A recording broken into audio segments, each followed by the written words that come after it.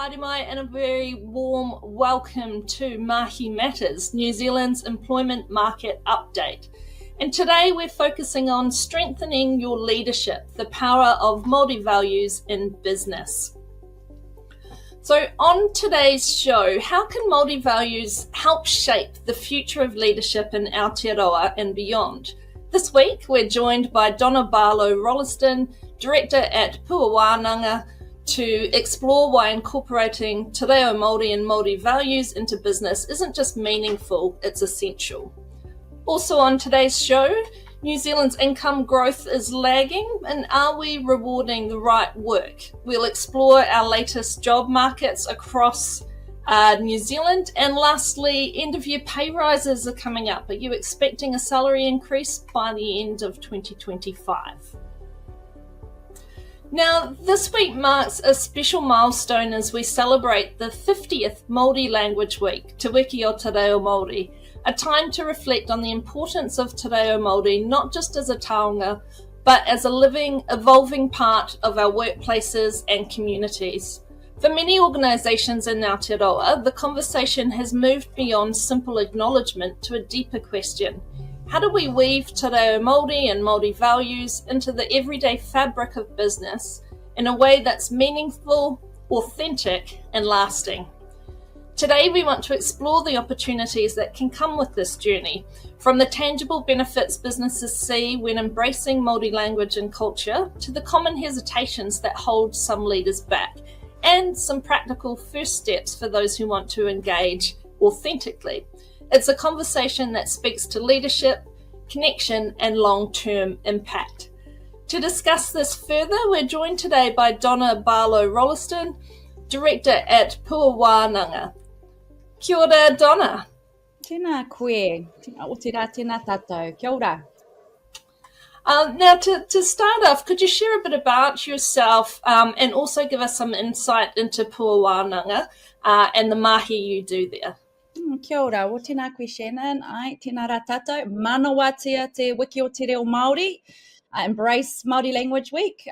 He uri tēnei no Ngāti Maniapoto i te taha o tōku pāpā, ko tainui te waka, ko miru pā ki Marokopa te marae, i te taha o tōku māma, no Airani, no Ingarangi, no Kotimana, o ku tūpuna, ko tuakau te whenua tupu, no te whānau Barlow me te whānau Willis ana hau, ko Romana Rolleston, no tauranga moana, tōku hoa rangatira, tukutoru, Maua Tamariki, ko Donna Barlow-Rolleston ana hau, tēnā koutou. So on my dad's side, I have whakapapa into Ngāti Maniapoto in the mighty King Country in Aotearoa. Our marae is out at Marokopa on the west coast. On my mum's side, and actually on my dad's side also, I have English, Irish and Scottish whakapapa. So I have bicultural heritage. I married a handsome Māori boy from Tauranga Moana, from Matakana Island. That's the Rolleston part of my name. And we have 3 children that have all come through the kohanga reo, the kura kaupapa and the whare kura system. So we are very grateful for those that fought the battle for te reo Māori, who took that petition in 1972 to fight for te reo Māori. So in terms of the work that I do, I've been a teacher for a long time, and I had the privilege of working in a kura kaupapa for 10 years. So working there, te reo Māori, tikanga Māori, we're front and centre of everything that we do there. So I had the privilege of working there. So in terms of my mahi, I come with a proud bicultural heritage, and it means that I can walk comfortably in both worlds. So my role is a bridging role, really, helping open-hearted and open-minded businesses that want to engage with te ao Māori, the Māori world, that want to know better and do better. I help support that through education and aroha, through kindness, care, respect, and being authentic, learning about te tiriti o Waitangi, tikanga, reo, and engaging with Māori and what that can look like in the workplace. So, yeah, koe rā nui, well, that's it. Kia ora. And why do you believe it's important for businesses in Aotearoa to think intentionally about how they incorporate Māori language and values into their everyday operations? it's really important to be intentional, because if you're just chucking some Māori words on stuff and that's it, people read through that. So you've got a real risk of pushing away employees and customers. So knowing your why is super, super important. There's a little saying out there, tika versus tick box. We want to be on the tika, the right side of things, and we're doing that because we know our why. It's also about maintaining sustainability. If you're not being intentional, things can fall over really fast. So you want it interwoven into your processes, into your strategy, so that it becomes part of business as usual rather than an add-on. So getting good guidance is really essential, and it's really important to be aware of optics over outcome. Sometimes people do use culture and events and, but performative. If you want to be authentic, it needs to be in your strategies and your processes throughout the business as part of business as usual. Yeah, and that's a good point as well. Not that you want to knock down any efforts, but you do see, obviously, it's Te Wiki o Te Reo Māori, and it's great to see it being embraced and promoting the language. But I saw in one of your posts as well, it'd be good if that continued throughout the rest of the year and isn't just, as you say, a tick box for this 1 week. And what are some of the tangible benefits that you've seen, either personally or through others, when businesses can incorporate Te Reo Māori and Māori culture into operations? When you learn a language, reo and tikanga go hand in hand, right? So those values and those ways of doing things go hand in hand. So when you're learning Te Reo Māori, you get a window into the Māori world and some of those values. So we know that people and culture is massive in business, and Te Ao Māori is very collective. So it's that whole, teamwork makes the dream work. It's collective, it's we, instead of me. So it actually gives you a window into that from an Aotearoa, from a New Zealand perspective. There's things like multiculturalism is increasing in Aotearoa, so we've got lots of people coming in from overseas, and Te Reo Māori, the Māori world, gives that pathway for everybody to be included. Take, for example, the concept of manaakitanga. Mana, that's hard to define. It's got about a paragraph about this long in the dictionary about it, but it's your personal prestige, your status, your self-determination, your charisma, and aki is to uplift. So manaakitanga, which you hear bandied around a lot, actually means to lift up or encourage someone's mana. So when you do that, you are making someone feel seen, heard, and valued. And so that has got to be good for everybody, right? We all want that. So Te Reo Māori will filter out and ripple out to all other aspects of your organisation and bring out the best in your people, which is what we all want. Another thing is that it helps to build mutually beneficial relationships, because it's about a relational way of working versus transactional. That stuff will come later. It's about relationships first. If there's one thing I can encourage you to do, work on your pronunciation. He 𝗶𝗶𝘃, engari he nui. Like, it's a small thing, but it's a big thing. Like, if you can work on that, that's the first step to relationship building, because people see that and go, they care, they show respect, they're worth going into relationship with. So just things like that, it can really help to build business relationships and long-term relationships. It's also unique to Aotearoa, right? No one else in the world has it. That gives us our unique way of being in the world. And it's also helps to increase your retention of your talent and your staff. Gen Zs, inclusion and diversity matter to them, and they want an authentic workplace that embraces that. So yeah, if you want to keep your Gen Zers and these young ones, move with the times, be up with the play, and I tell Māori's where it's at. Hey, it's important to some of the other gens as well. Oh, tika, you're right. So what are some of the common misconceptions or maybe just hesitations that you see from businesses And how can you reframe that to look at them as opportunities for growth? Well, one that I hear a bit is, oh, we haven't got time or budget. Like our business is just too busy. We're in the running of the business. It's just too busy. But it's one of those things of like, make time for it, or you'll have to take time for it, right? So we talked before about that people and culture stuff. If people feel included, valued, seen and heard, and that's central to the Māori world, that's an opportunity to keep growing your business and for your business to thrive. Another thing that businesses say is, oh, I just don't want to get it wrong, and it feels weird, I haven't grown up around it. So I just encourage you with the kiwaha no mai ngā hapa, which is like bring on mistakes. Mā te hapa ka ako, like through mistakes we learn. So there will be little missteps along the way, but that's a learning opportunity. And as leaders, if we can model that to our people, then that's a good thing, right? And get good guidance, because good guidance will help you with that. That's a real opportunity for growth.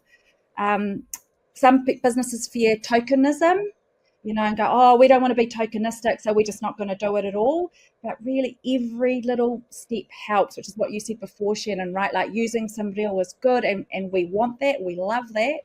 But it's if you don't want to be tokenistic, then you need to put it into your strategy and your policies as part of everyday business, and you will feel the ripple effects of that. So yeah, you can interweave it into all aspects of the business.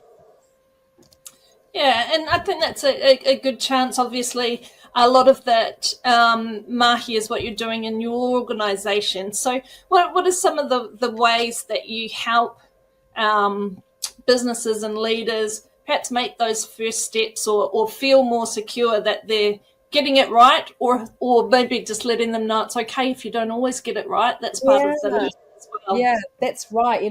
That's a key message. You don't have to be an expert in reo and tikanga. So, you can start with valuing it, but we want to go from intention to action. That's the key thing. But, some of the little initial steps that you can take is lead from the front, show you value it. We always start with leadership when we do this mahi, because it filters down from you. If you value te reo Māori and tikanga Māori, just show that in different ways. And different ways you can do that is through pronunciation. Really work on your pronunciation. Start with the signage around town. Start with Māori place names, because Māori really notice that, actually, and a lot of the young people are coming through now. Pronunciation's just a given for them. So yeah, start on pronunciation. There's loads of resources online. Find someone that can help you. Emails is an easy way to show that you value te reo Māori and you are upholding the status of te reo Māori, and you don't have to speak it, right? But if it's in your emails, and try and branch out from ngā mihi, lots of people are using that. reomaori.co.nz has lots of great resources that you can pull on with Reo for the workplace. So yeah, get in there, see if you can get some fresh email signatures. Greetings is a really great one. And, it's about not turning it on and off and going, oh, Māori's coming in, I'll say kia ora. Like, just doing it with everybody. And I've got a little technique that I share with businesses. It's a language acquisition technique, second language acquisition. It's called it's a sandwich or a hanawiti. And so you start with te reo Māori. That's your first slice of bread. You put your English in the middle, and then you put your te reo Māori to finish off. So if you're trying to normalize it around the workplace and you go, ācie, and someone's possum stuck in headlights, right, going, what they just say? You do a sandwich, a hanawiti. So you go, ācie, good morning, ācie. So they hear Māori, then they hear the translation, and then they hear the Māori again. So that can just help with that sort of feeling awkward as you're starting to normalize it around the workplace. And I think my last tip would be learn the history. Learn about te tiriti o Waitangi, get guidance around that, because when you understand that, that gives you your why. Why are you upholding and valuing te reo Māori and tikanga Māori? And it helps you understand how our systems have been shaped and then how we can be involved in systems change so that we can all thrive in Aotearoa. So many good things, Shannon. I tell you, he maha ngā hua. Thank you so much for coming on.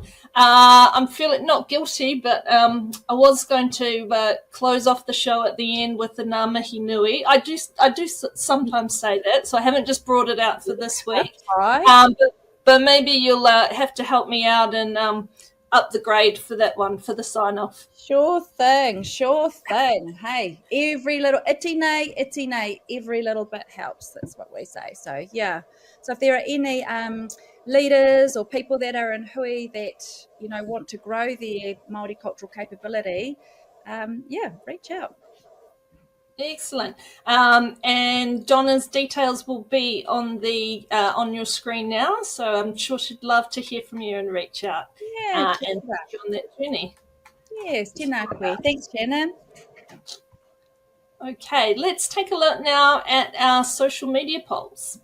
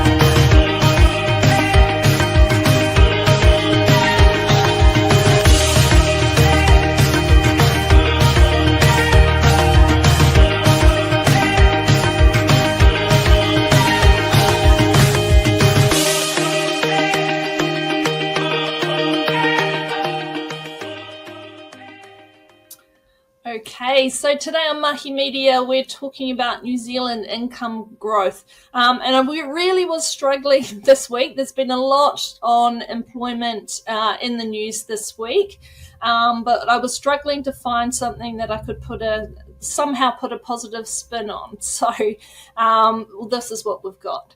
So the new OECD rankings put New Zealand near the bottom for income growth, 35th out of 38 countries. And obviously, while that's not a stat to celebrate, it's also not all that surprising. We were definitely overachievers when it came to engineering a recession to tame inflation, and slowing growth was the plan. But now, of course, the focus needs to shift. How do we grow wages in a way that also boosts productivity? So we also found that only 6 sectors in New Zealand have a median salary of over 100K. So mining, ICT, finance, utilities, public administration, and professional services. Now, on the surface, that suggests that we're rewarding high-skill, high-value sectors, but not all of those are future-proof.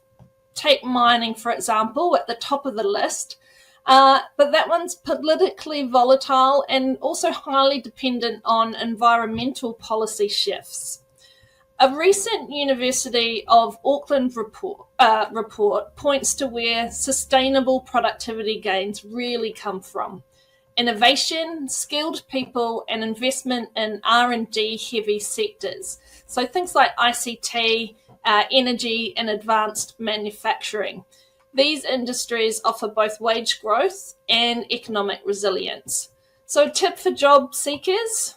Now, I'm not saying you need to switch to mining for a pay rise, but if you're just starting out or thinking about a career pivot, look to the industries that will thrive regardless of political or economic cycles. So sectors like energy, health, tech, infrastructure, and professional services offer longevity, adaptability, and long-term opportunity. So make sure you're choosing a path that's going to grow with you. That sounds like a good time to take a look at some of the hot jobs this week. We're nearly at the end of our campaign for the market report this year. So if you're interested in staying up with the trends and also finding out from our consultants how those have shifted this year, be sure to reach out for the 2025 market report. Some of the roles this week. So still a lot happening in Wellington. So of course, last week we talked about the big rise of jobs, particularly within the public sector and policy space, which was a really welcome change in the situation for our friends in Wellington. So we have multiple policy analyst roles at various salary points. There's a senior advisor in investment monitoring, as well as this one's actually a role that I'm working on, an account and business development manager based from Wellington in the industrial sector. If you're interested in any of these roles or want to see what else we have, be sure to check out our website for the latest opportunities. Okay, so that's it for today's show. Thank you so much for joining us. We'd love to hear about how you're giving Te Reo Māori a go this week or for any of the other weeks this year. And of course, before I sign off, I have to give a shout out to the Black Ferns for the semi-final coming up. You've got this. Thank you so much for joining. See you next week, and ngā mihi nui.